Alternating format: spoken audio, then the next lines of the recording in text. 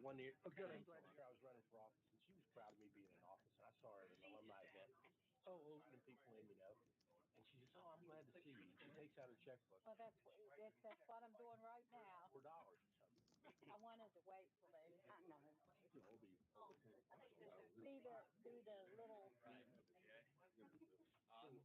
recording. Mailings. This will buy you a roll of stamps. The stamps are 34 cents a day. There you go. She had it figured out, didn't she? Yeah. That's great. I miss the. It's all changed. What a wonderful time in life that I learned a lot. Catholic household. I got to Morgantown. Yeah, there you go. Went a little crazy. One more story, then we'll talk about this on the road. But I worked as a busboy at Greenbrier. I grew up in White Sulphur. I worked as a busboy over the holidays. Okay. And this guy that was working with me.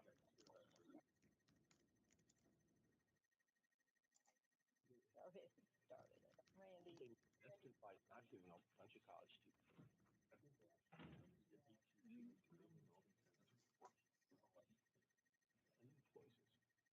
Either have really good studies, two unbelievable studies. That's what I did too. It actually was 3, but I just figured it out.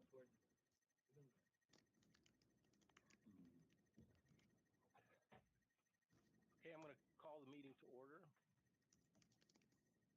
You all have the minutes. It's been pre-distributed. Is there a motion to approve the minutes? Is there a second? Any edits or amendments? Discussion? Not. The question is a motion to approve minutes. All those in favor say aye. Aye. Aye. Opposed? Minutes are adopted. Next item on the agenda is the treasurer's report. Peter? You have a copy of the treasurer's report in front of you, and the highlight there on the first page is that this year we are highest for the last 5 years at this point, which is very good news. Second page, I don't know if there's any questions about that. Look on the second page, the balance sheet. You see that our cash checking top line 1.5 mil, and then we have cash discretionary. Our 10% is $470,815. So our total assets are there. We've got a small amount still due to the discretionary account.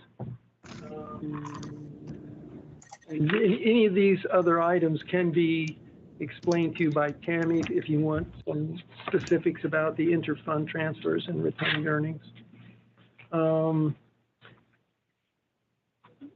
Page 3, we see again our numbers here this year compared to last year in our annual budget, what we projected.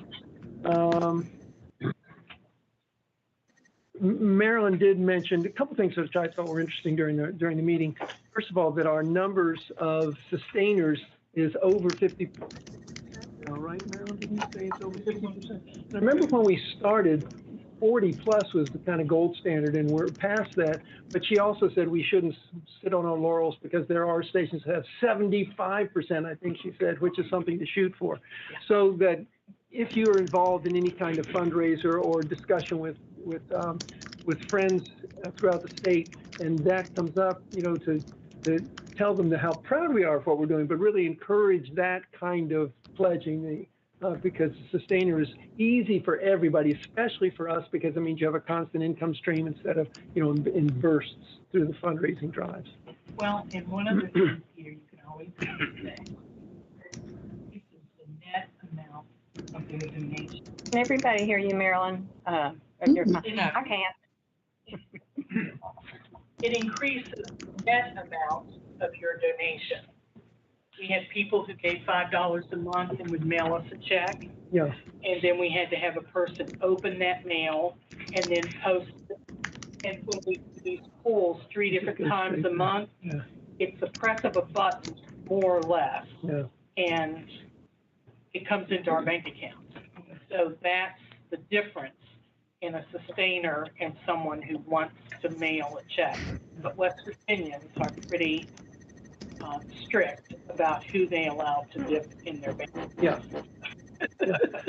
And one thing I know that I've done in the years that I've been here and became a sustainer is that I've tried to bump mine up, $5, $10 a year. And you can encourage people to do that. On the one hand, you never have to worry about it again because it's going to come out until, you stop it.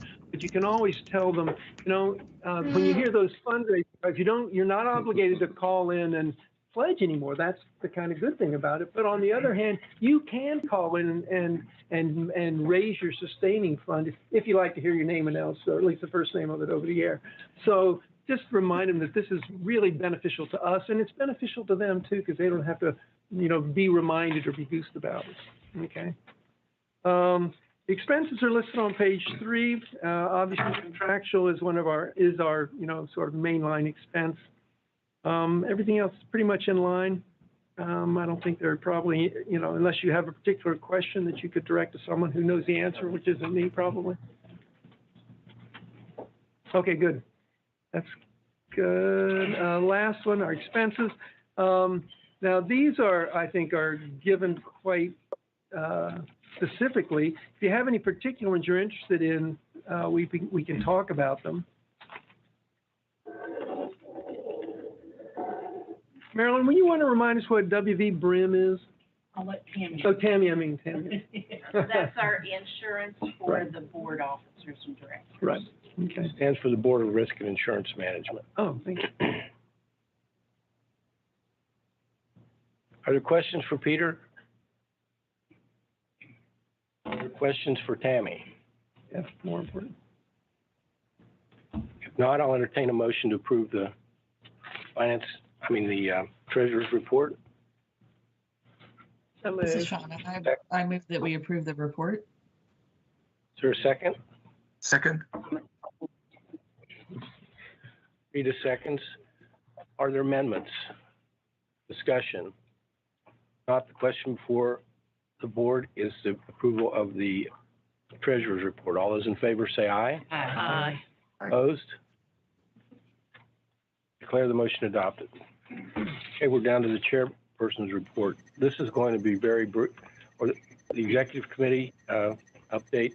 This is going to be very brief because most of what we've dealt with over the last several meetings are 10% requests. And so that's the next item on the agenda. So they've either already been discussed with the board at a previous meeting when the full board approved the 10% request, or they'll be discussed today. So that's really mostly what we've discussed and involved with.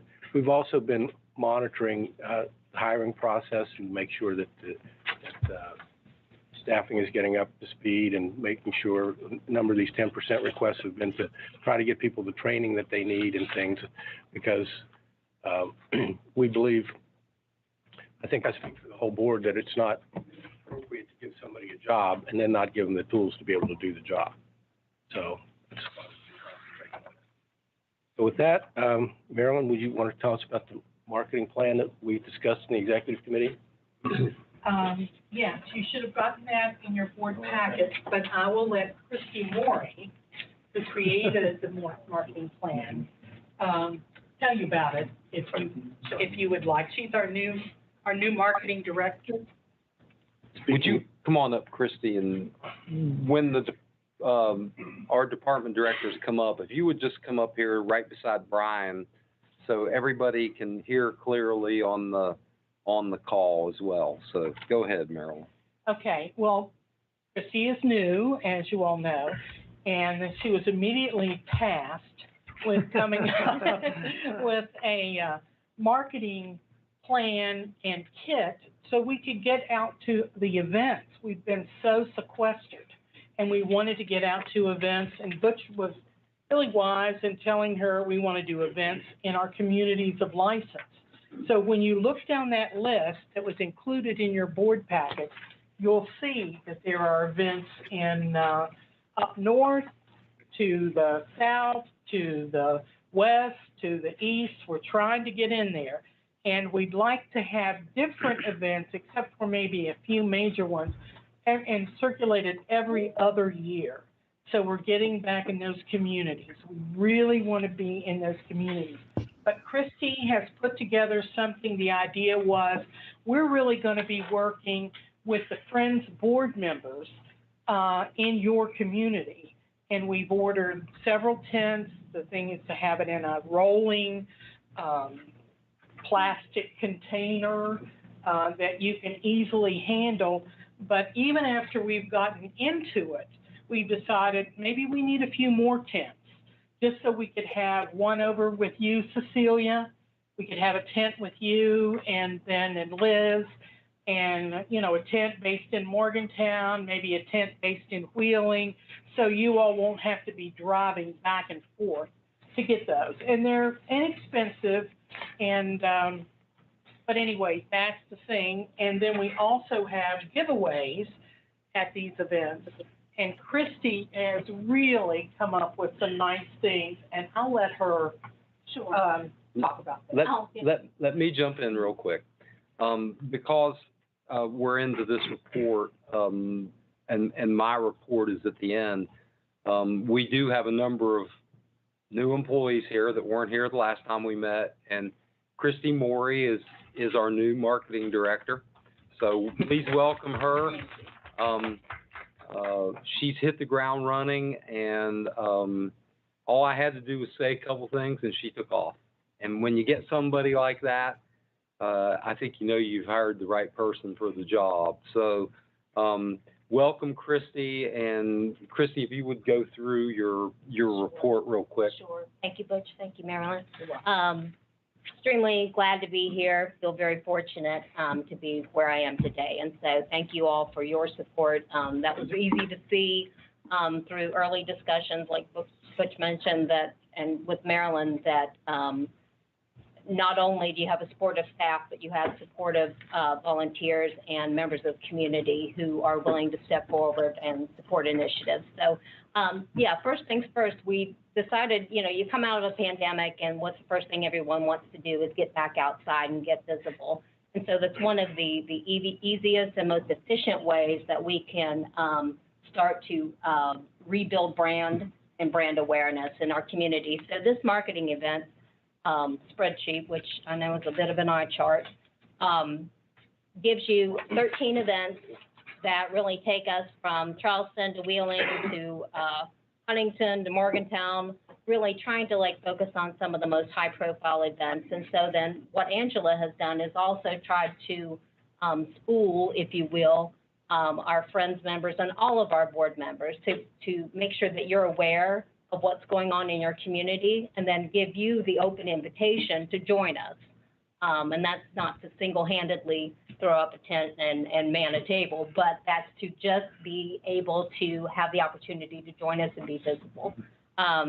We spent 2 days at Vandalia Gathering, which, for those of you who are aware, that's on the Capitol grounds. And our takeaway immediately was that a lot of times our friends maybe aren't really who we immediately come to mind. So we always think of maybe it's an older demographic. Those are the people who support us. But we had so many young people come to the table and talk about their love and their passion for public broadcasting. And so being my first event, it was really heartwarming, and I knew that we had a great job to do. The marketing kit, so the marketing events are at the top. The marketing kit, this really outlines the expenses that we see as a kit. And as Marilyn mentioned, we're looking at just buying a rolling tote. That would keep all the materials inside. The tent, of course, is going to be a bit larger, and that would be separate. But it's a way that we can create 3 separate totes and kits that we can trade and exchange with all of you. The other attachment were outlining some of the marketing giveaway items. I know sometimes it's hard when we say water bottle label. What does that mean?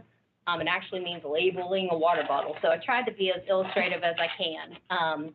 We are really clean and simple in alignment with our using our beautiful logo, and really keeping with the tagline of telling West Virginia's story, and then also aligning with name badges and business cards. And so hopefully just keep it simple has always been a motto that we should follow. And I think this is the best way to move forward at this time. Are there any questions? Do we have 3 locations we're going to keep them in, or are they going to start here? I think we had thought about Martinsburg, Charleston, and then, Well, we thought about it, each of the facilities, and then Beckley, Beckley. Charleston, Oh, okay. and Morgantown. Yep. But quite frankly, as we started talking about it, we think we might have 5 hits, sure. so to speak, because Wheeling needs one, and Martinsburg, the eastern panhandle. Because we want to have symmetry in how the kits are stacked and with what's going to be said. So we want to have that kind of thing going on, but we want to have them at the easy access. And it's really going to be a board member activity along with staff who may be in the area. So we're really counting on you all to help us. But we won't just dump it on you, but we need your help. Yeah. And I think the other thing that needs to be mentioned, and Christy and Marilyn have done a good job with this in a very short period of time. We're going to get a master list of calendar of events, so you know well in advance where we're going to be and when we're going to be there. You know, there may be times where you don't get several weeks' notice, but our intention is to put together a master list. So when we go to Martinsburg for the Apple Harvest Festival in October, correct? October, am I right? Yes. I am. Yes. Okay. I've been there before. So when we go there, you know now, Karen, that we're coming. So, October, it might not seem like it, but October's not that far off. But we want to have this calendar events, and we're going to have it on our website so people can access it there, and that'll help us with our exposure out there in these communities as well. But I am adamant about doing this because I've heard a lot about, hey, you guys are too Charleston centric. Well, guess what? We needed to deliver that message that we're not just Charleston. We're West Virginia, and we're going to have a presence from Newell to War and from Martinsburg to Wahama. Okay, that's not what Tony Caridi says. I've been there. Okay. The southernmost city in the state of West Virginia. Okay. And warrior man. Well, I'm involved with another group that depends on volunteers, and there's it's called, I think it's Group Me anyway. We see the times when people are needed, and we just simply enter our names in those slots. So I don't know if you've had a chance to develop your plan that far, so that those of us, when we see the need, then we can just plug our names in instead of calling and all of that.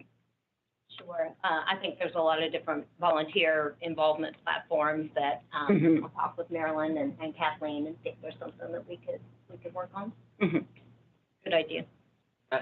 Just another thought on, I think this is wonderful, getting out in the community. And one of the things I see is that one of the goals are for engagement with kids and families.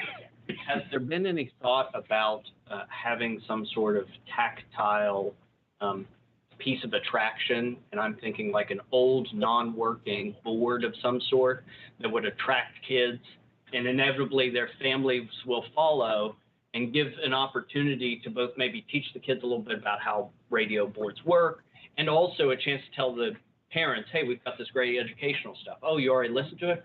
Help us support it, make it more possible. And I think really, sky's the limit, and working with Maggie and her team. So my experience tells me that you're absolutely right. How do you draw in people to your table is have a kids activity. And so we've talked about, she has coloring pages. We would, through your funds, acquire some 4 packs of crayons, and you get the kids there, and then they start coloring, and you have a captive audience with the adults around the table. And so, but you're exactly right. And I think there are some really innovative ways we could tie in what we do. As far as an old board's concerned, we're gonna have that. Because within the next 18 months, a lot of our equipment is gonna be replaced, and Eddie's got one that smokes downstairs from time to time, but, so, that would clearly draw some people out, but Yeah, fire department. good idea, and we can clearly do that. Any other questions? Big picture, a lot of our contacts have been through our own media. So we're talking to ourselves all the time. We need to get out and talk to people who don't know about us. One of the other things that we talked about is having some giveaways of thumb drives or some snippets of some of the programming, because a lot of people won't know what that is either. So as Christy said, the sky's the limit for this, and any other ideas would be great. So, okay. So the request for that is, I have it here. Request for that is up to $30,000. Is there discussion? It's up to, because staff is still trying to decide how many kits we want, how many tents we want, because we want to make it simple for us and staff to be able to do this without hauling everything around all over the place. Is there discussion? Is there a motion? I move we accept the marketing report request for up to $30,000 for the marketing plan. Is there a second? Motion's been made and seconded. Is there discussion? If not, questions, approval of the request for up to $30,000. All those in favor say aye. Aye. Aye. Opposed? Aye. Declare the motion adopted. The next item on the agenda is a 10% request for up to $20,000 for staff travel and training. Who's going to speak about that? Well, I probably can, because I have two employees that I want to send to the I am so sorry. I have two employees that I want to send to the Public Media Development and Marketing Conference in Chicago, and that is in later in July. And I want to send Kathleen, who's relatively new. She's never been to a conference, and Christy. So they're going to go together. It'll be a great thing for them to be there looking at the marketing side of it and also the fundraising side of it, and how those two things work together. I'll need about $5,000 of that. I've already had the engineering department come to me and say, I'm going to need X. And I said, well, is it going to be before September? And he said, well, maybe not, but there will be. That's why I like to do up tos, because he has some people to go with that. There's some, there may be another conference. So Butch asked it, we capped it at 20, but you know, it's an ongoing thing, so. Questions in Maryland? Anyone on the phone?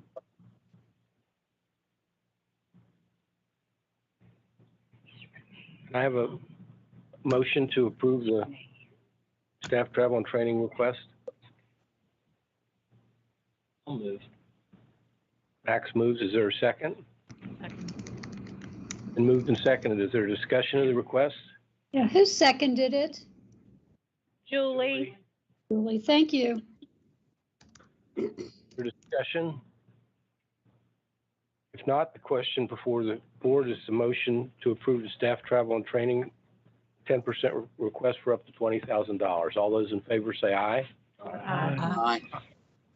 Opposed? Declare the motion adopted. Mr. Chairman, could I step in for just a minute? Most certainly.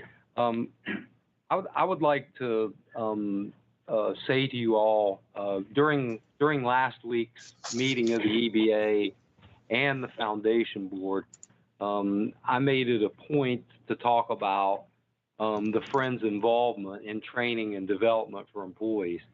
I personally think it's one of the best things that you can spend your money on, and it gives our employees that opportunity. And the chairman talked about it earlier, but I think it's such a huge advantage for West Virginia Public Broadcasting to have the Friends to be able to provide this for our employees. And you know, we talk about training and development.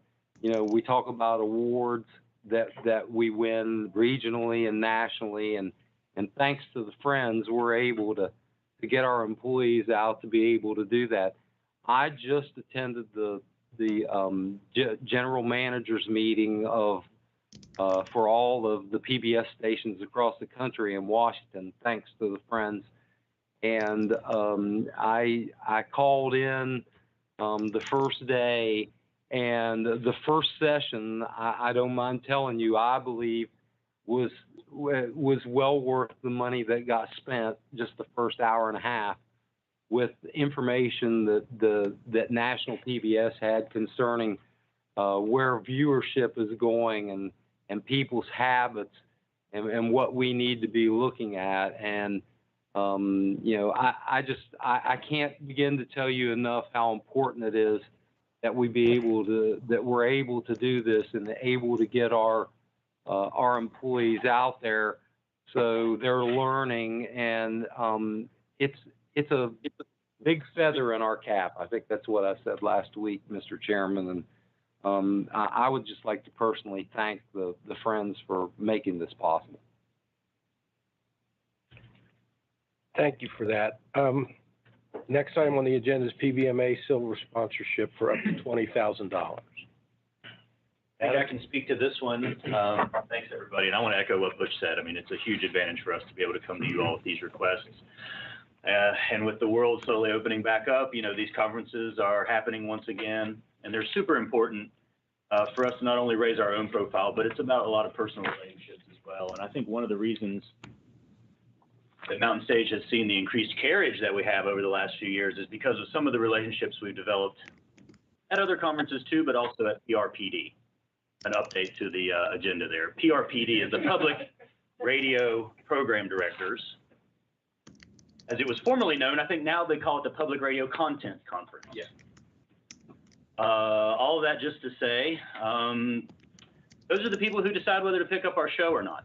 And it's a lot of independent producers, but a large amount of them are station employees and station directors, program directors, who deal directly with NPR. And this is their best time for FaceTime, not only with the folks from NPR, but the independent producers and those who produce acquired programs like Mountain Stage. Last year, the PRPD folks were very grateful to have our sponsorship because we helped them put on their virtual conference, you know, and it was what it was, okay? You know, a virtual conference is never going to be the same thing as being able to have that in-person time. But they were grateful to our support, and I think that PRPD is an organization worth supporting. And because of that, they've come to us with a great rate for this silver sponsorship. And this will be not just for one session, although we get a networking session sponsored by Mountain Stage and West Virginia Public Broadcasting during the conference. But then, of course, those gold, silver, and bronze sponsors are listed throughout the entire hotel on the different materials that are printed up and given to the attendees in various locations. So it's a lot of great coverage. And we will hopefully, I think with the silver sponsorship, we get, I think, up to 8 registrants for the conference, 7 registrants for the conference, which Butch had already approved 4 to go. I would like for at least 3 of us from Mountain Stage to be able to go. And then Kathy Mattea is going to meet us down there as well. And this will be the first time a lot of those folks get to meet and see Kathy Mattea. We will get to hear from her. And then also, I believe we're going to work in with a local musician to have a few songs played for the conference, which, believe me, those things get stale sometimes if you've ever been to one. So to have a singer be there to entertain for just a few minutes is going to be huge for us and our presence at PRPD. So I was looking at flights a little bit earlier. You know, they're about $500 to $600 to New Orleans. Thankfully, with the inclusion of the registrations in the sponsorship, it looks like the hotel and travel would be the largest part other than the sponsorship that we would have to pay for. So The 20 grand is for the sponsorship, and, we will work to use our travel budget to, I guess, get everybody down there. And I think that you folks had already attributed 5,000 to PRPD previously. If you want to try to devote that to travel, maybe, that's an option we could explore. I did want to add something, that this is not just for West Virginia, Florida, and just Mountain Thank you. State. Yeah, thank you. Because we have started the process of growing inside Appalachia as well to be picked up on more regional networks. And this is an opportunity for us, because we do get 2 exhibits with sponsorship, for us to go down there and talk to the Appalachia stations about picking that up. And while I have been talking to program directors on the phone, like Adam said, it's a better sell if you're face to face with other people. Rita? Eddie, are the other stations in the region that are using inside Appalachia now paying? We do not charge as of now, because we're trying to build that carriage right now. And we have gone through the process, which has helped us. We picked up, I think, 3 stations since. We are now distributing it through a process called PRX, and it's an automated system that all stations use. So people don't have to come in and automatically download. It does it for them. We set it up in our automation systems. And, when you don't have to have extra staff people to bring a new show on board, it's always very helpful selling point. PRX is how we distribute Joy to the World also. Which we also tell people about there. Yes, we do. Yeah, we do. And that's another free program, which this day and age, stations are, a free program gets their ears perked no matter what. And again, to have Eddie and Inside Appalachia there, I think will be beneficial to them. And having it on PRX means stations anywhere. It doesn't have to be Appalachia. They can pick it up anywhere. So appreciate the support. If there's any questions, happy to talk to you guys. Are there questions for Adam? Anyone on the phone? Thanks, Adam. Thank you. Can I have a motion to approve the silver sponsorship for up to $20,000? Motion to approve. Is there a second? I second. Is there discussion? Hey, Not the could you question. tell me who moved and seconded, please? Karen Rice moved to approve. Elliot seconded. Okay, thanks. Is there discussion? If not, the question for the board is the approval of the silver sponsorship for up to $20,000. All those in favor say aye. Aye. Aye. Aye. Opposed, say no. The motion's adopted. Next up on the agenda is an education request for up to $5,000. Maggie Holly, you're on stage. I don't think I'm the last one on this list. Come on up. Save the best for last. Or maybe the cheapest one. But on that list, mine's the cheapest one. I don't know, I'm an educator and I'm gonna call it thrifty. We're just thrifty. So my education team, we have been doing quite a bit, and we use a lot of PBS education tools and resources, and a lot of those are geared toward young kids, naturally, because that's what a lot of the PBS Kids resources are. And, we want to make sure that we're reaching all ages, and so that is why we came up with this reported out program. And, one of the best... For those on the phone, Maggie's referencing this document here that's in your packet. We put it in the packet, and I put a nice little photo up there that was some inspiration for that. One of the cool things is my office is just right down the hall from the news team. We've got Eric right down there, and I get to see all these reporters, and I get to turn on the radio and hear all these amazing news stories. Right next door is Adam from Mountain Stage, and luckily we get to collaborate and talk about different things. And so we had this idea of, bringing newscasts and podcasts and journalism into the classrooms. As a teacher, I know it is very difficult to get kids to write.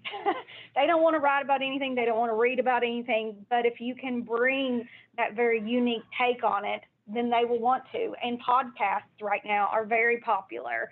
And, you know, if they can turn on something and hear themselves or hear a topic that they're passionate about. And so we came up with this plan to collaborate with our news team and get equipment to where we could bring that recording equipment, that newscast equipment into the classroom. So we would work with the teacher and we would record some of our own news people about how you develop a story, how you go through that process. And our news is not the same as what you would see on, you know, Channel 3, Channel 8. Ours is feeling and what's happening in our area. You don't see a wreck that happened on the road. You see heart and our area. And so they're going to get recordings from our own news crew about how they go about developing their topic, how they go about developing their story. And so if I can't get them to come into the classroom and collaborate with me, I will be able to push play on my presentation and the kids will actually get to see that from an actual reporter.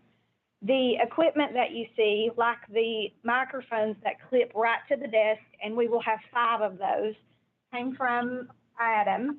He, you know, this would be top of the line stuff. So when you're saying touch those news boards, this is top of the line stuff that the kids would be able to record themselves on. So once they get their article written about whatever they're passionate about. So, you know, we've had a lot of shootings, and I know you sent me some resources about, you know, shootings in schools.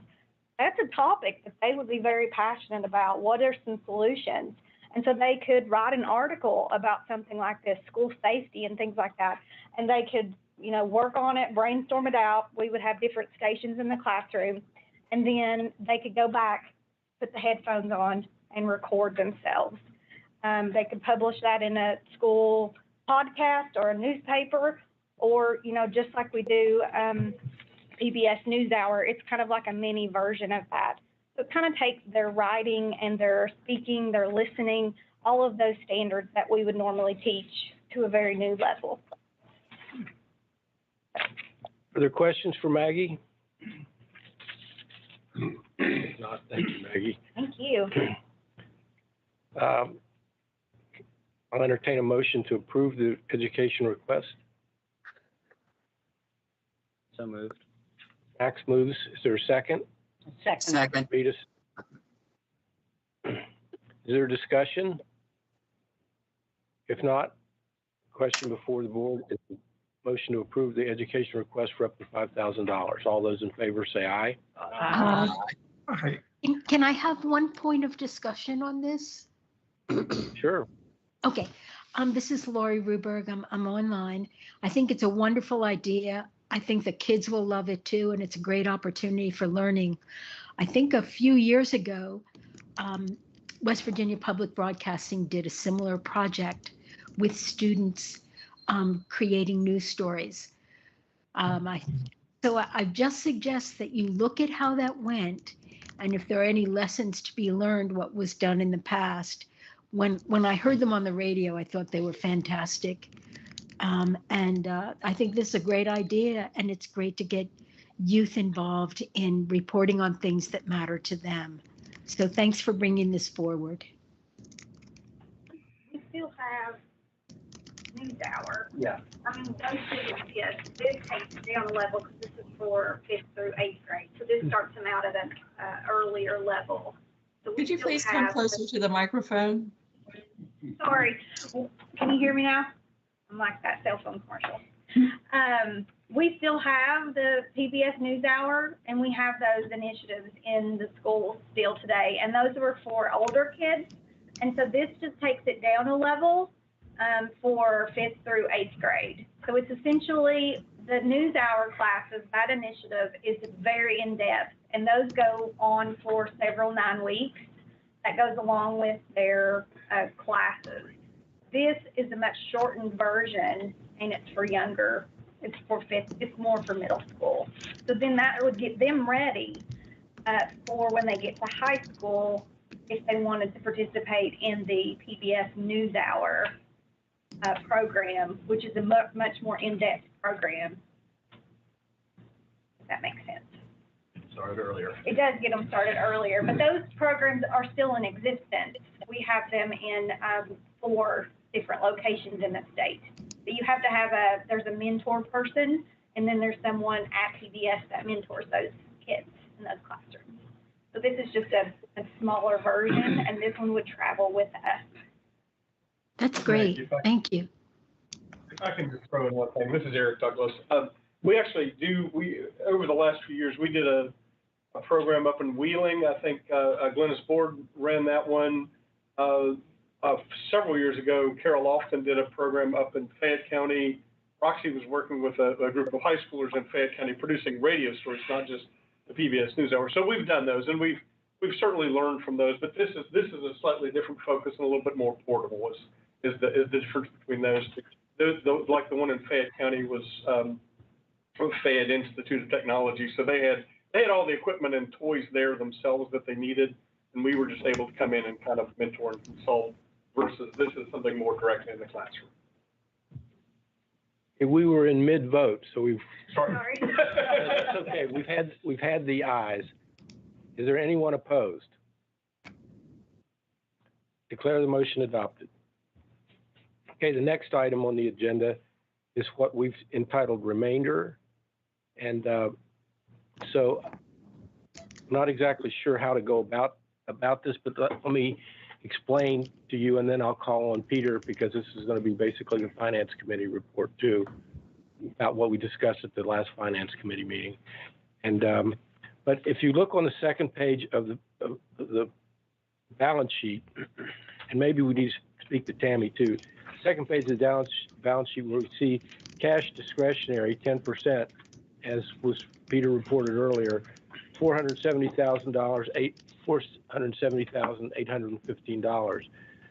Some of that is encumbered, but we have a very good problem to have. There's a lot of that money that is not encumbered, and so we in the Finance Committee have had some discussions about how can we use this money to do things, primarily programming things, to help out the staff. Some of the creative people here that we have and that haven't been able to do things that they wanted to do before, not buying equipment like we bought before. I think if you would ask the average member of the Friends what they think their money's going to, they think it's going to programming and helping out with some of that stuff. And so that's where we want to go with this money. So Peter, do the Finance Committee report now? One of the things we talked about was that we, in the enviable position that Brian just brought up, is that in the last 2 years, as we all know, a lot of things have been restricted. And so we still have been getting this money that we haven't been able to spend. Technically, anything that's not encumbered by the end of this month, we have to turn over to we have to give back, or not give back so much as turn it over to the state. And we decided that's not a good advertisement for us, and that people give us money that we can't even spend it on useful things. So we're doing our best to figure out good ways to spend it that will benefit our listeners, those who give to this, and attract more people to give. So this is one of those ways that we're doing it, and we think this is a good opportunity for us, and we need to take advantage of it. Thank you. So, Shauna, you made the motion. Do you want to reiterate what we were talking about in the Finance Committee? And I'm trying to figure out if I took notes from that meeting, but essentially the recommendation of the Finance Committee is for the board to reserve this amount of money to be used at the discretion of the executive director with the approval of the board for initiatives to support programming. And we went back and we looked at our charter, what we tell the IRS that we're going to do, and it is to support programming. And it is our fiduciary responsibility to our donors to ensure that this money goes to what they intend it for and what they give it to us for. So rather than, as Peter says, if we don't encumber it and make an allocation before the end of the fiscal year, then it gets rolled up into the entire EBA fund. And once it goes into state coffers, and Tammy, you might have to correct me, then it's subject to all state purchasing rules. So by keeping it with the Friends, we also provide Butch and the team a greater latitude and flexibility for how they can make purchases and what they can use the money for. Would you agree with that, Tammy? Yes, that's correct. Okay. So this isn't going to be just some play money for Butch and staff to use. So we put it underneath the current system so that the executive committee and the board will be making the decisions after Butch brings them to us and clears them and says, this fits within what Eddie or Adam or somebody wants to do, and we should be doing this. But it'll come to us for. Is there a discussion? Max? How much is the remainder? Is it this 470,000? That's the remainder, but some of it's encumbered. Tammy, can you fill us in with how? Yes. If you look on this sheet here, you'll see that we still have $115,002 encumbered. So as of the end of May, there was $375,057 unencumbered. And there'll be probably another maybe $20,000 added to that for what comes in June. So as I said, a good problem to have. Max?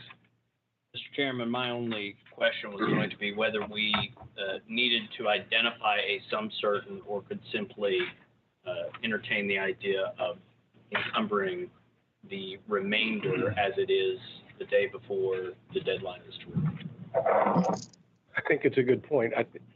I think we should amend the Finance Committee's recommendation to include language like that, because we've neglected to mention that the Finance Committee approved this. We talked about it for quite some time and approved it. So without objection, we will amend the Finance Committee's recommendation to include that. Thank you. Is there further discussion? Is there a motion?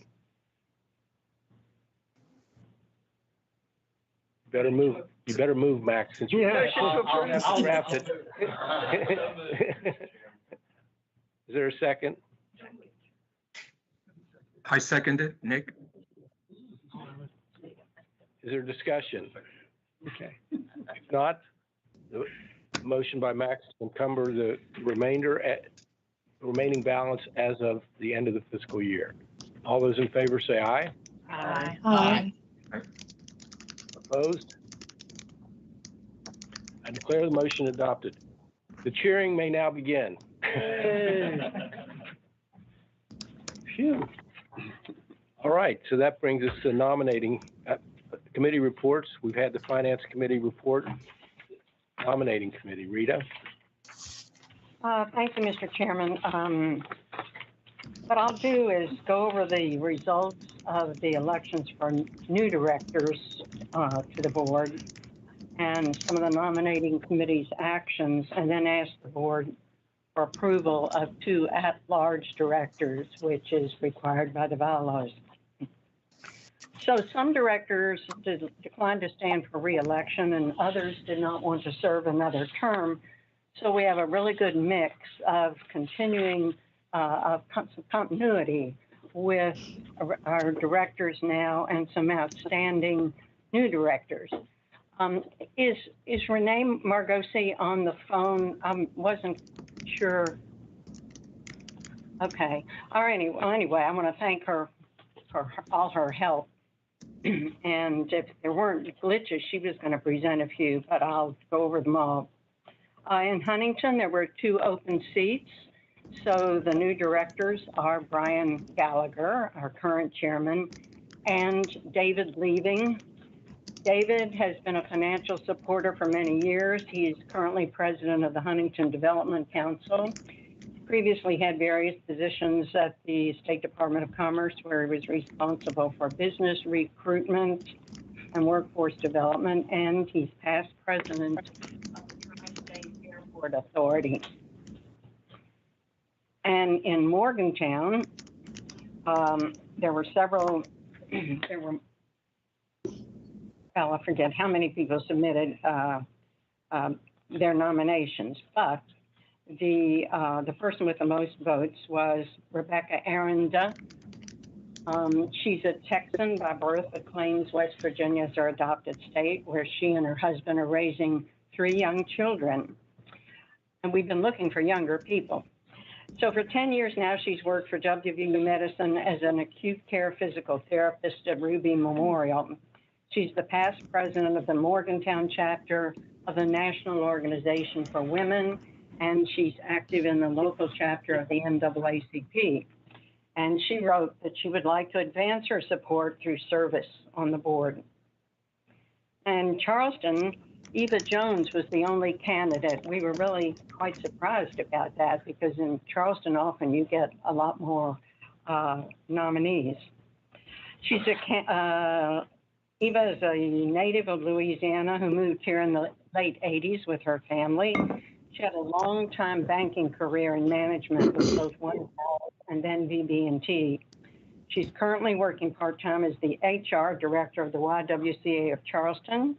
She's a member of the African American Philanthropy Association, a past member of the CAMC Foundation Board, and she's active in the Lynch Incorporated of Charleston. Now, because there were 2 seats in Charleston, but only 1 candidate, Bonnie Brown was previously on the nominating committee, but we asked her to recuse herself from this decision. So, and Renee and I moved Bonnie from at-large status into the other vacant Charleston seat. So, you know, it's common sometimes for us to play musical chairs with these situations so we can keep our engaged, active directors. In Martinsburg, our incumbent, Karen Rice, had no challenger, so we're really pleased that she remains as the director. I guess nobody wanted to go up against her. Okay, in Parkersburg, we have Mark Lewis. In February, Mark became the president and CEO of the Greater Parkersburg Convention and Visitors Bureau. By the way, Renee recruited him and several other of these great people. He was previously executive director of the West Virginia Professional Rafting Organization, and he was working on behalf of the industry on those related issues. And he was a registered lobbyist, so he knows what's going on down at the Capitol. And the second, he was the top vote getter. So we have, all right, I'll explain the other one.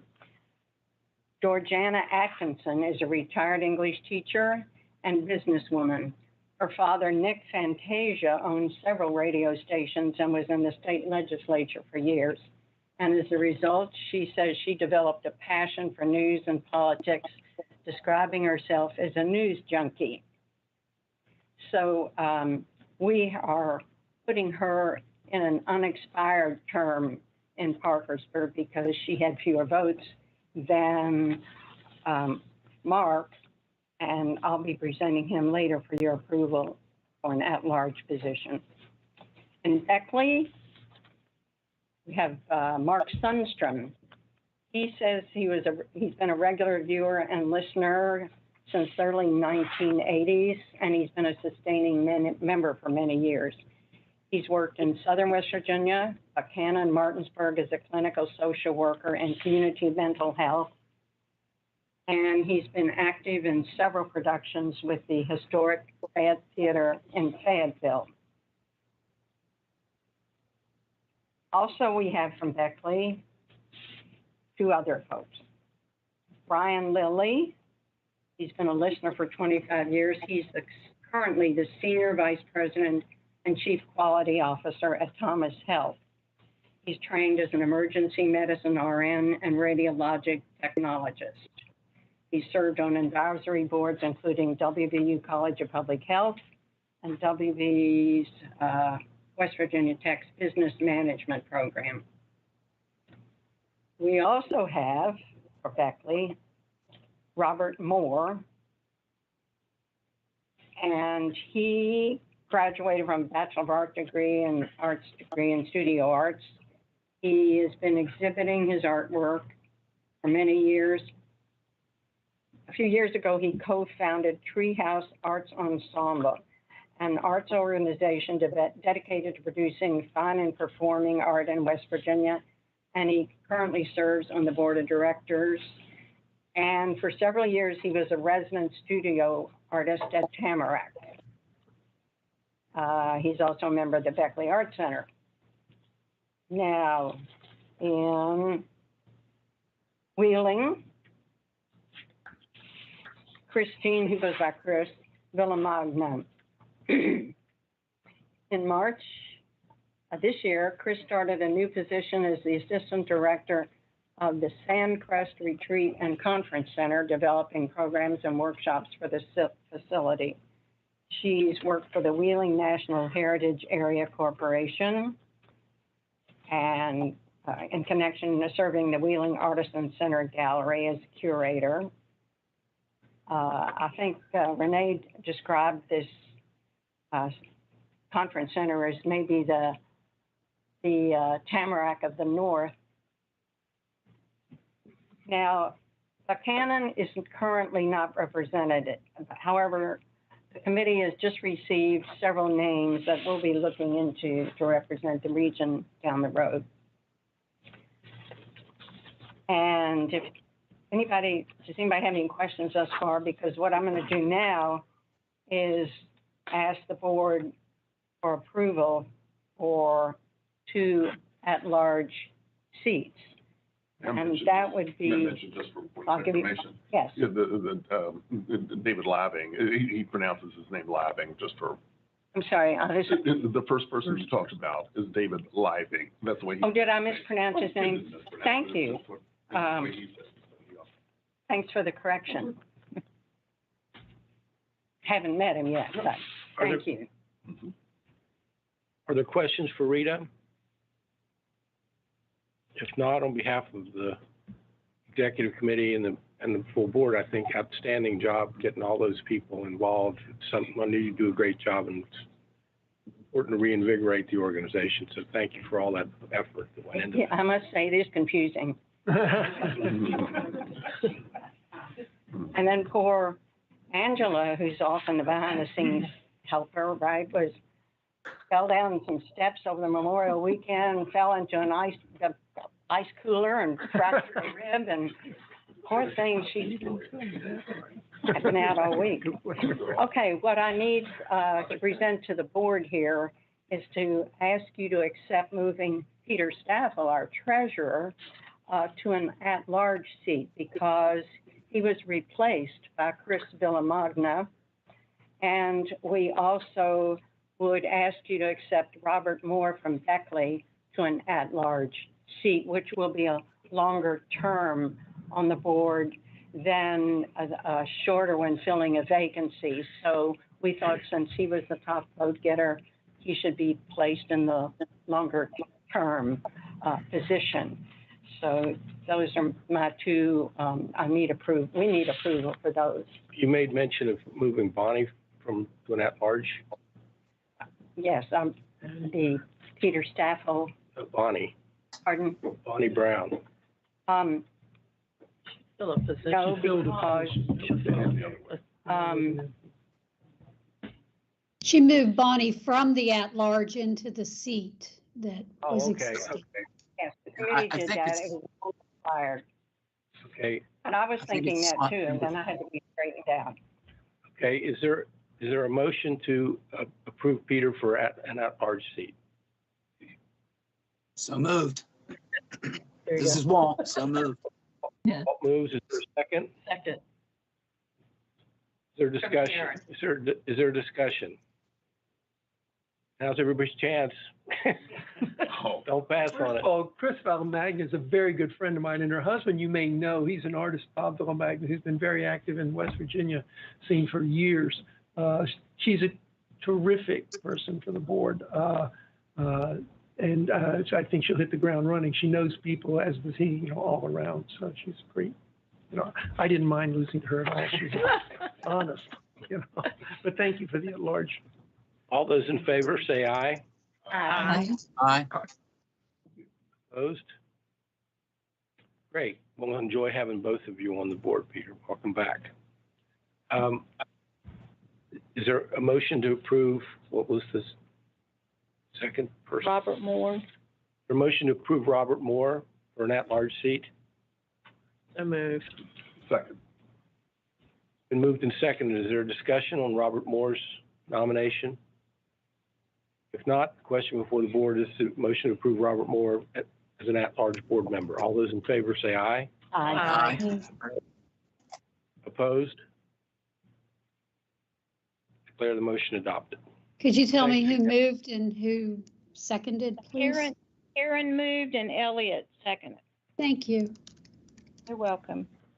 Again, great job, Rita. Thank you. Are there other committee reports? If not, we're on to the staff report. Butch? Thank you, Mr. Chairman. We've been busy here at West Virginia Public Broadcasting since we last met in March. Just 3 weeks ago today, the EBA removed my interim tag. I think that not only affirms the path that we're on here, but it gives us the go-ahead on mapping out the future here at the Educational Broadcasting Authority. The first 7 months on the job before that, whether I liked it or not, the vast majority of my time was spent on making sure we returned our staffing to a point where we were filling vacancies. We had 20. 10 when I walked in the door October 19th, and then 10 more after that.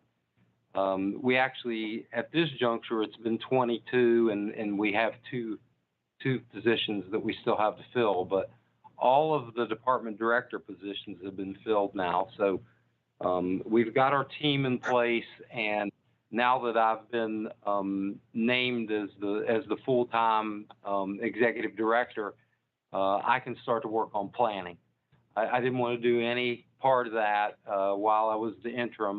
That wouldn't have benefited anyone. So over the next 45 days, I'll be meeting with all of the department directors, and we'll be developing a short-term plan, which will address the next 24 months, and then a long-term plan that will look out at least 5 years into the future. And when we meet again in September, I'll be able to report to you on some of those details. What I would like to do is introduce you to the rest of the new employees that have come on board since we last met. You've met Christy Morey, and behind me, I'm going to introduce people, and then I'm going to have them give you some brief reports. But Tyler Garner, and Tyler, if you will stand up, please. Tyler is our new director of engineering, and we're thrilled to get him here. He has hit the ground running as well, and what I would like to report to you all that next week there is another meeting that's been scheduled to put the specifics to $2.1 million in improvements for our equipment and our maintenance. Unfortunately, and I've reported this to you before, but I think it deserves mentioning again, we've had the unfortunate experience of all we've done is put Band-Aids on problems for the last decade plus, and that's created quite a problem for us folks. And Tyler's come in and he's aggressively approached this. He's visited a number of our sites. He still has visits to conduct. His first day was May 9, so he's been here a month, and he has a plan. If any of you got to see the Charleston Gazette last Thursday, I thought actually World War III had broken out. Being an old newspaper guy, 128-point type at the top, you know, the thieves have gotten WVPB. And while that's true, I guess I probably ought to just be quiet about the rest of it. But I was a little taken aback that we were at the top of the above the fold. That's how important we are. It is very important. Look, we've been robbed twice. Actually, we've been robbed 3 times of copper on our site at Garfield Street, which you can actually see the antenna from this building if you look to the west. We were there on a Monday and went in, checked it out, and on Thursday we'd been hit again. They got a lot of the grounding copper that was in there, but they didn't get it all, so they came back and took the rest. We've got a plan to secure all of our locations, and it's just you know, it's so important, and you know, it's amazing what people do, but you know, we've heard all the stories. You know, we've suffered those 2 thefts, and I'm sure the Board of Risk and Insurance Management is going to get tired of seeing claims from us to the tune of $40,000, folks. But we're going to take care of those things, and it's part of the plan, and it's part of the $2.1 million that's being committed to our upgrades. We're going to do the best we can to put a stop to them. If they, once we get the new grounding wire put in up there and a concrete pad gets poured, they're going to have to bring in a jackhammer to get it. So, you know, we share a lot of our tower sites with West Virginia Emergency Management, and also with Homeland Security, and we're part of Siren, which is the State Interoperable Radio Network, and Tyler's had conversations with those folks, and I think together over the next 18 months, we'll get our locations put in order and as secure as they can possibly be.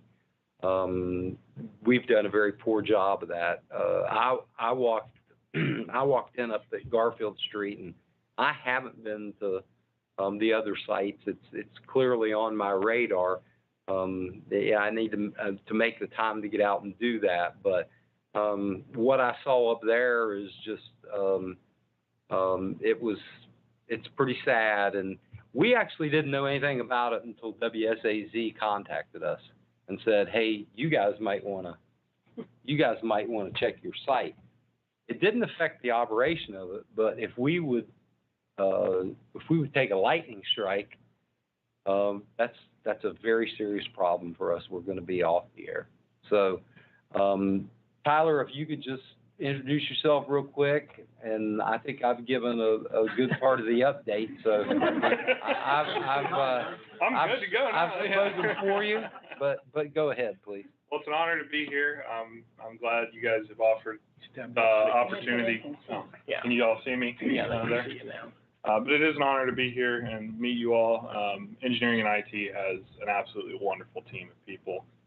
They're brilliant, many of them smarter in some ways than me. They know their stuff, which is wonderful as a director to have that backup. But we're short-staffed. We have over 20-some transmitter sites. We really are across the state of West Virginia, which is wonderful because we're able to touch a lot of people and bring value and content to them. But we need more people. We've got to work on transportation to our sites. I hope to have a report to you guys next time we meet as to what it looks like to get to a transmitter site. And if any of you are interested, I'm happy to show you personally. But many of these sites are very off-road, remote, and without communication. So health and safety of my employees is paramount and the most important. So we're taking steps to make sure that that can be resolved as quick as we can. Our business is critical infrastructure, as Butch said. Not only do we have 911 and EMS, but we also carry the president feed if that ever were to become a thing. So security of our sites is very important. And I want to know when somebody's on our site. So as we upgrade that critical infrastructure, we'll have better control over those sites, which will ease my brain a little bit and just verify that we have what we need where it needs to be. So I'm very excited to get going and currently learning all the red tape in which I have to work around. So as soon as I have figured that part out, we will be good luck getting in second gear and going forward a little bit. So, are there questions for Tyler? I have a question. This is Nick. I read in the local paper that we're getting large amounts of federal funds for expanding broadband. Will that affect, or can that impact our needs? I would tell you, Nick, at this time, we've heard nothing from the Department of Commerce as far as broadband and funds that we'll be able to achieve. I would like to think that we're involved in that process. I know there's been some commentary on the fact that they may try and they may be trying to utilize our infrastructure. And at that juncture, then obviously there would be a financial component to it. But as far as the expansion of broadband and our sites, we've heard nothing from the Department of Commerce on that to this point. Thank you. Other questions? If not, thank you, Tyler. Welcome. Should be. Right beside Tyler is Bill Lynch. Bill, if you would step up and Bill, the crazy guy, yeah. Bill has been at West Virginia Public Broadcasting for more than 2 decades now. It has been, yeah. And he's been here in a variety of roles, but never full time. And what I would say to you today is Bill actually interviewed for the marketing director's position with us, and we did select Christy for the job, but I told Bill at that point that I was going to find a place. You know, he's been around a long time. He's very important, and we were fortunate enough that an opening did come up, and he is the new producer for Inside Appalachia, and you know, Bill is an adopted West Virginian. But grew up right across the state line in Virginia, and again, he's been here a long time. He knows the people, and we're real excited about having him as our new director. So, Bill, if you would. First off, Christy was a much better choice for marketing than but yeah, I'm glad to be here. Inside Appalachia is a show that I was kind of off on the side there when it was first founded. In fact, we're coming up on 20 years, which is exciting, and I'm happy to be part of where we're going in the future with this, and hopefully expanding out to, you know, we have 13 stations, plus we're in state. I'm excited about the possibility of branching out and covering more of Appalachia, telling great stories, and yeah, kind of uniting people, I think. So that's how I feel about it. Anyway, glad to be here. Are there questions for Bill? If not, Bill, welcome again. Thank you, and I'll sit down. Thank you, Bill. In the back, and I think you need to remind me, America, were you in attendance at the Friends meeting on March 9th? Yes. Okay, you had not been, so you met Americo Valdez on March 9th at the board meeting. What I would tell you is he spent a lot of time since coming on board with us making sure and taking care of the grants that have been that West Virginia Public Broadcasting receives from the Margaret Cargill Philanthropies, and it funds our Folkways project. Americo is the director of grant writing, and hopefully in the very near term, we have a coordinator for Folkways, because really that's what Americo's been concentrating on mostly since then. It is, we're into the third year now of being associated with Cargill, and it's a big project. For those of you who don't know about Folkways or know a little about it, I think the best way to describe it is we employ and are training reporters all across Appalachia to tell different stories about the culture and the history. We are in essence the trainers. We employ them, and this is paid for through the grants, the grant program through, it's, a lot of people call it MACP. I don't like that.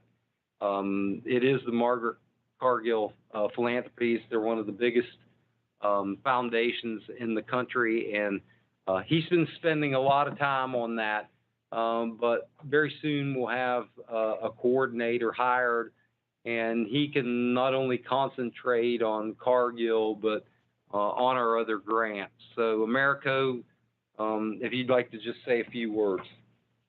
Absolutely. Thank you. Thank you for your time, and thank you for letting me speak with you. Since March, I've had a great opportunity to really take a look in particular at the Cargill grant and Folkways, and really interact with a lot of the staff here and board members to just get an idea of where we are with grants. And I think we're in a good place. I think there's a few improvements we can make, but most importantly, I'm looking to the future, and I'm looking to the strategic planning of the organization, where we think we're going to be in 2, 3, 4 years, and be looking at our grant activity to align with that best. And, this has been very much a, information gathering and also managing what we have now, but I really want to, think about the future, because I know things will be changing and we need to adjust. And we also need to be looking at the types of grants and the types of funding that's available to us out there that can help us with those strategic goals. So, maybe I will interact with you guys when we have to talk about match or something involving that. But, for now, I'm very thankful for this group to be working with all of you. Other questions for Amerigo? Thank you, sir. Thank you. I'm going to swing back around. Adam, if you would get up, I'm going to let you talk about a lot of what's coming up with Mountain Stage, but I think it's important that everyone, hopefully and if you don't, we've done a very poor job of notifying you, but Mountain Stage was just honored as the 2022 recipient of the Vandalia Award, which is the highest honor for folk life and culture in the state of West Virginia. It speaks to not only the long history of Mountain Stage, but what it actually means. By far, Mountain Stage is our most visible exposure for the state across the airwaves of the world. And I'm serious about that. It's international, and we're on over 280 stations across this country. I think a lot of people take for granted what the exposure that Mountain Stage provides West Virginia really is. So it was a great honor that took place over the Memorial Day weekend. But Adam, if you would talk about some of the things that are upcoming. Sure, absolutely. It was an honor to receive the Vandalia Award, and thanks to the curator and everybody at Culture and History who presented that. We were honored to share the 50th Vandalia Award, which is really special, along with Golden Seal. They were recognized as well. So really a great company to be in. And myself, Larry, and members of the Mountain Stage Band were on site, and they played some songs as part of the concert celebration. So a really great honor. We've actually had over 200 West Virginia artists on Mountain Stage over the years, including 17 of the past 50 Vandalia winners. So that's pretty cool to be able to showcase that. And so, yeah, thank you for letting me speak about that. I'll try to be as quick as I can. We have so much going on, and that's one of the challenges of Mountain Stage. Like right before I came to this meeting, I was working on stuff for next November. I've got a meeting this afternoon with the West Virginia Symphony that I hope is going to maybe turn into something really cool around our 40th anniversary. So always trying to think far out for us. But I'm going to start with this December and work my way backwards, if that's okay. We're working on a show that's going to be here in December, on December 18th, that we can't announce yet. But it's going to be a very special artist who has a long history on our show, and he doesn't play very many 400-seat rooms these days. And so that's going to be December 18th. It'll be our 39th anniversary celebration, and technically those episodes will be a part of our 40th broadcast season. So we are setting off on our 40th year very soon. Prior to that event, we'll be in Boston at the invite of an organization called the Celebrity Series, whose presenter was actually at our show in D.C., and they invited us up there this December after seeing the show in D.C. With Roseanne Cash, and that show will take place December 4th. Also, that's going to be part one of our 39th anniversary celebration. Who knows? We might be celebrating for 17 parts by the end of this. With so much special things, it's worth it to extend the celebration as much as we can. In November, we'll have a show here in Charleston. October 23rd, we're set to go to Pittsburgh, Kansas at the invite of the university there. There's a new president, and of course, the university also hosts our affiliate station. And they're interested in telling the world about Pittsburgh, Kansas, and we're happy to help them spread the message. So more flights coming to Kansas area in October. In September, just announced, or it's actually going to be announced on the 24th of June, we're going to be back in Harrisonburg, Virginia, with our affiliate WMRA, again, affiliated with JMU University. And so we'll be back there September the 18th. I'm sorry, yes, September 18th. Backing up a little further, we just announced 4 shows, including 2 in August and 1 in September and 1 in October. Those are on sale to the public now. And we will soon be announcing October 9th, which is going to be episode 1000, which is really cool. We're going to try to make a big deal out of that. Everybody keep your fingers crossed for us on the offer that we have out for the performers on that date. October the 9th will be our 1000th episode. Backing up just a little bit. Oh, that was it. That was the 4th thing I wanted to mention. I know the Friends are going to have a presence. Christy's going to have a presence, I believe, at our Mountain Stage, at our table. I just want to remind you guys, we have upwards of 400 people come to the Culture Center on Sundays when we have a show. Those are our people. Those are who we should be talking to about public broadcasting, reminding them about the benefits of membership, proving, that we are an integral part of this community and that what they're taking part in is heard nationally every week on 280 radio stations. And so that's a great place to have people in a captive audience that we can talk to and remind about the benefits of public broadcasting. They're already our supporters. They've supported us to come see the show, and we can help nurture those relationships for further support. Did I touch on everything? I know it's a lot. Check out mountainstage.org for the show list, and please come see us. Are there questions for Adam? Thank you, guys. No, thank you, Adam. Eric Douglas, our news director. Eric, bring us up to speed. We've heard from the Murrow folks and from PMJA. So the news department is always, the thing with the news department is we're semi-reactionary. We're reacting to whatever's going on in the world. But we should know the 22nd, I believe, of this month if we're either up for second or first place in a award from the Public Media Journalists Association, and we'll know on that Friday whether we got the top spot or the runner-up spot. That was for the series Cole and the Way Forward. We It was an 8-part series we broadcast last September. That was a really, everybody in the newsroom filed a story for it. That was a pretty cool project we did. But really looking forward to that. We also just recently were notified that we won 2 more regional Murrow awards. One for an us and them story, and then one for a story that aired actually as part of Inside Appalachia. So both feature pieces. Those will both be passed on now to the National Murrow Awards, and we'll find out in, I think, late July or early August whether we've won a National Murrow. If you recall, last year we won 2 National Murrows, one for Inside Appalachia and one for Us and Them again. So obviously both of those shows do some pretty tremendous storytelling.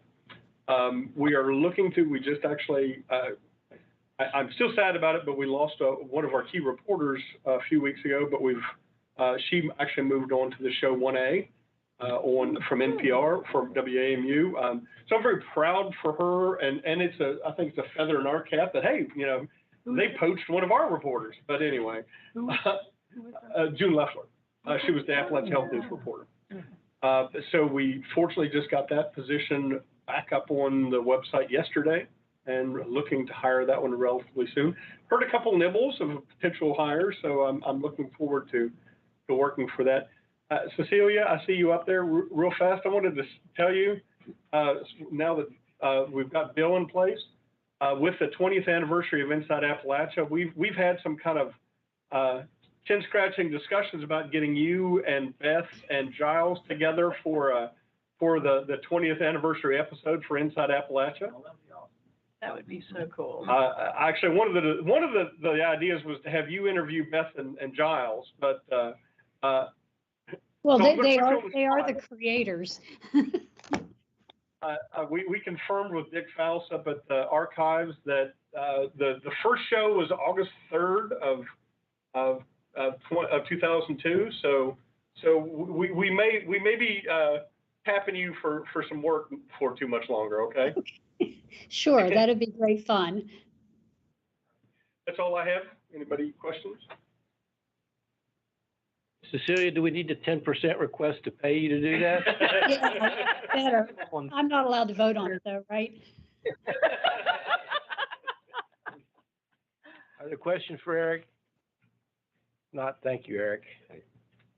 Maggie Hawley, our education director, you heard from her earlier about one particular program, but Maggie, get up and give us the quick rundown. You have something going five times a day, 5 days a week. Yeah. Actually, 7 days a week. So. You're not gonna do mine like you did Tyler's?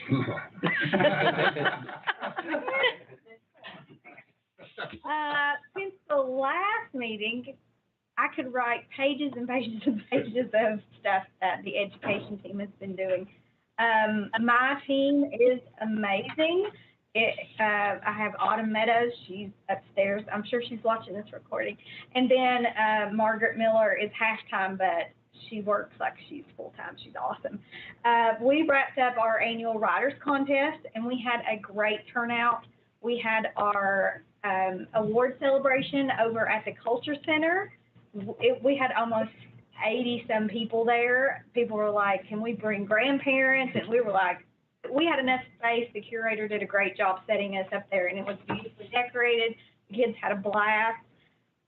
We took one of our winners, and we created we normally do an animation, but this winner, it perfectly fits for a short film. So that student came here, and we went up to the 4th floor, and she got to learn about the camera and the directing, and she did some acting. She was a little shy at first, and then over some time that day, she just came out of her shell, and she worked with the directors and everything, and Mr. Isom was her co-actor, and it was a wonderful experience. We laughed all day, and she learned so much, and I can quote her because she said, "This was the best experience." And we had comments like that all day long from parents and kids saying, this gets them so much into their writing and their creative side. So that was just a wonderful experience. We're already planning for next year. Before school ended, we were in a lot of classrooms supporting teachers, supporting students, coming up with new activities and lessons. And now that school is out, we are having activities in libraries. We've been a lot in the new Kanawha County Library. We've been in Cabell already, and we have activities happening in parks so we can get outside and do outdoor activities. We had a table at the State Social Studies Fair, and there were over 500 kids. So we had a lot of interaction with kids and parents and educators, and that was great, working with our marketing team and getting stuff that we can get out there and spread the word. One of our goals has been to spread who we are and what we do for the education, because a lot of people know about TV and radio, and the education piece has not been, I didn't even know you guys had this, and I didn't know all this existed. So now that we have spread that more on social media and, online, and just making calls and getting out there, they never see us in the office. They walk by and we're not there. It's just booked. And so our biggest items right now is we're working on a literacy grant through the Benendum Foundation. So that is due next week. We're just wrapping that up. We're working out of Boone County. We've partnered with Boone County Head Start and the daycare center there. So we're really excited to get that proposal submitted. And then we've got various conferences, and we're presenting at several conferences this summer. We're very excited. Any questions? Are there questions for Maggie? If not, thank you, Maggie. So much. You've heard from Christy. You've heard from Tammy. Marilyn, did you have anything else that you wanted to report? No, not really. I think it's business as usual, and Happened anyway. That's what I thought. business as usual, and I can tell you that we had soft months in March and April, but we are finally ahead. So that's what we like, and we're hoping for a strong June finish. That's what we want to do. So keep the lights, candles lit and all that. But the folks have been working hard up there, and we're getting a new, and I have an amended contract for your chairman to sign, a new fundraising, they call them fundraising councils, who will do the creative work on our campaigns for next year. So I'm really looking forward to that. For those of you who have been here, Becky Chin came in and did a consultation with us a few years ago, and really had some bright ideas. And I just thought, Kathleen and I both thought it might be time to shake it up a bit. So we are. And it was a little bit cheaper. That always helps. Are there questions for Marilyn? Not, thank you, Marilyn. It's time to hear from the boss. Eddie Isom. Hey, everybody. So I don't want to, just because Marilyn said program is kind of business as usual, which was saying we're looking at audience trends, trying to plan for the future as we see, digital start to overtake broadcast in the next few years. So that'll be part of our planning that we'll be talking about over the next few things. But some of the things I want to talk about that people mentioned, as a program director, I guess you all can imagine the number of complaints I get on a daily basis. So being able to go into the community now that we're opening up and work with Christy and be at these events, and to have people who love us actually come up to our table and talk about, how, we affect their lives and stuff. It brings a new vigor to my job, I will say. And one of the greatest stories I have outside of Vandalia was a high school kid came to our table. He is a fan of classical music. He was asking me about Matt Jackford. He wanted to know about why he hadn't heard Frank Stowers on the air anymore. He is going to Marshall to be to study classical music. And the story he told that really touched everybody, and one of the people beside me teared up, but I didn't. He said when he got his first debit card, the first thing he did was make a $20 donation to public broadcasting. Yeah. And those are the kinds of stories we get to hear when we go out into the public, and we're not these, these strangers behind microphones and televisions, that people are used to. So we're really excited to be able to get back out in the public and talk to the people and be part of that community, not just tell the stories, but also be a part of it. And along those lines, we're in the TV pledge drive now, and if anybody's tuned in, we pre-taped some pledge breaks. This is the first time in years outside of seeing this. I have had new faces on the air. I had 5 new people who were able to record the pledge breaks for us. So as Chief Operating Officer, I'd like to say that it has been extremely exciting around here to work with brand new people, younger faces, fresh ideas that we haven't had in a very long time. And we are a totally different organization than we were when the pandemic started. We have come out a stronger organization and a different organization. And I have felt a new excitement around here that I have not felt in many, many years. Good to hear. That's awesome. Other questions for Eddie? I have a question. Did you turn that young man into a sustainer? I'm working on it. Poor man's breaking his back. Little Ed does. Thanks, Eddie. Before closing, I would like to tell you that we have a new assistant news director that's accepted a job, our position, and she'll be starting on July 5th. She has an extensive background in both public and commercial broadcasting. She is originally from Ireland, spent her schooling and a lot of time in South Africa, and most of her broadcast experience was in Michigan and Arizona, and we're excited for Caroline McGregor to get here. Also on July 5th, our new Director of Video Production starts, Chris Barnhart. He is a graduate of the Broadcast Journalism program at Ohio University. He grew up right outside of Athens, and he specifically studied documentaries. He spent the last 20 years with the United States Army, and he's one of their chief video production people. He's produced numerous documentaries. He's now officially retired. He's purchased a home here in Kanawha County, and we're really excited to get Chris here. He has a lot of great ideas, and I think the one that tickled me the most was he said he wants to get out in the smaller communities and tell their stories. And that's really what we're all about.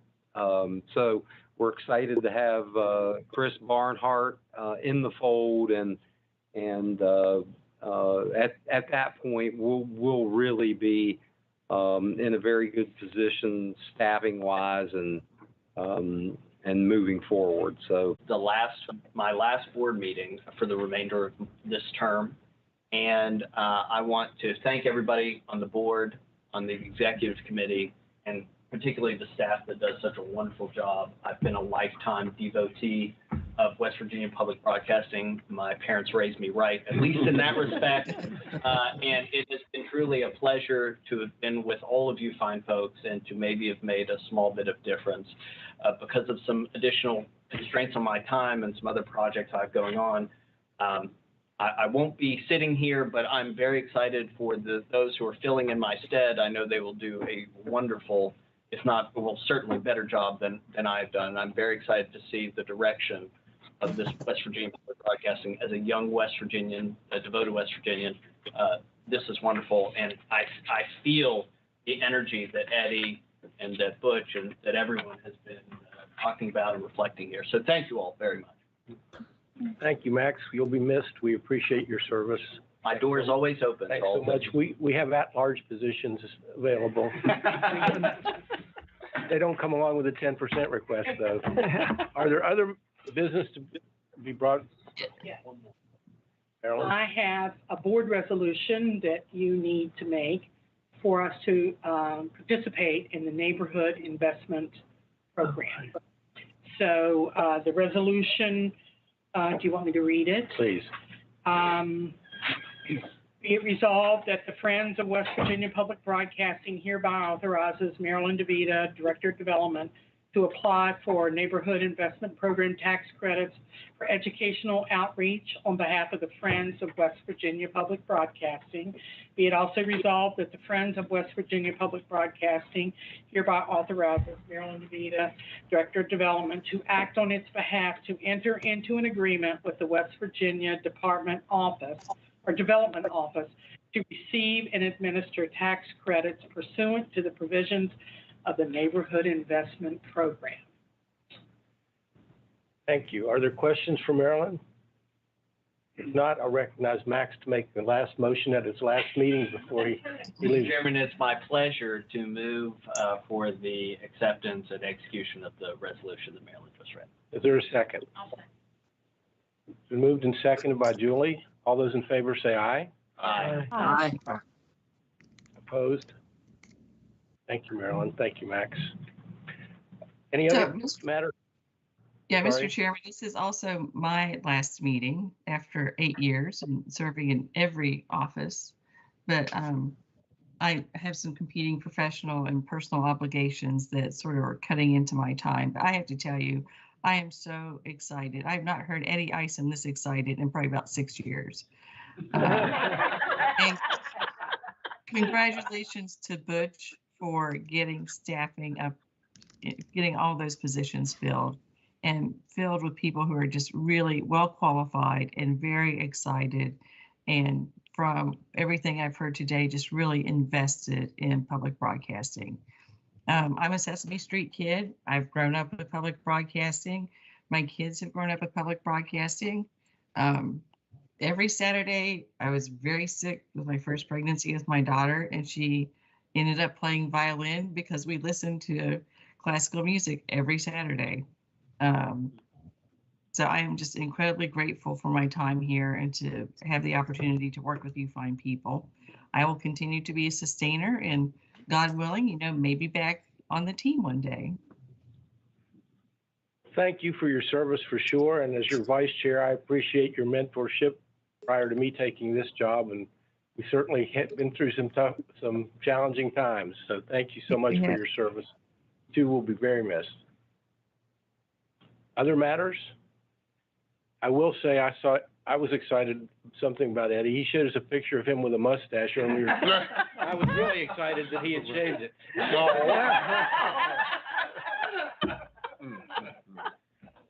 We have a motion to adjourn. We are adjourned. Thanks, everyone.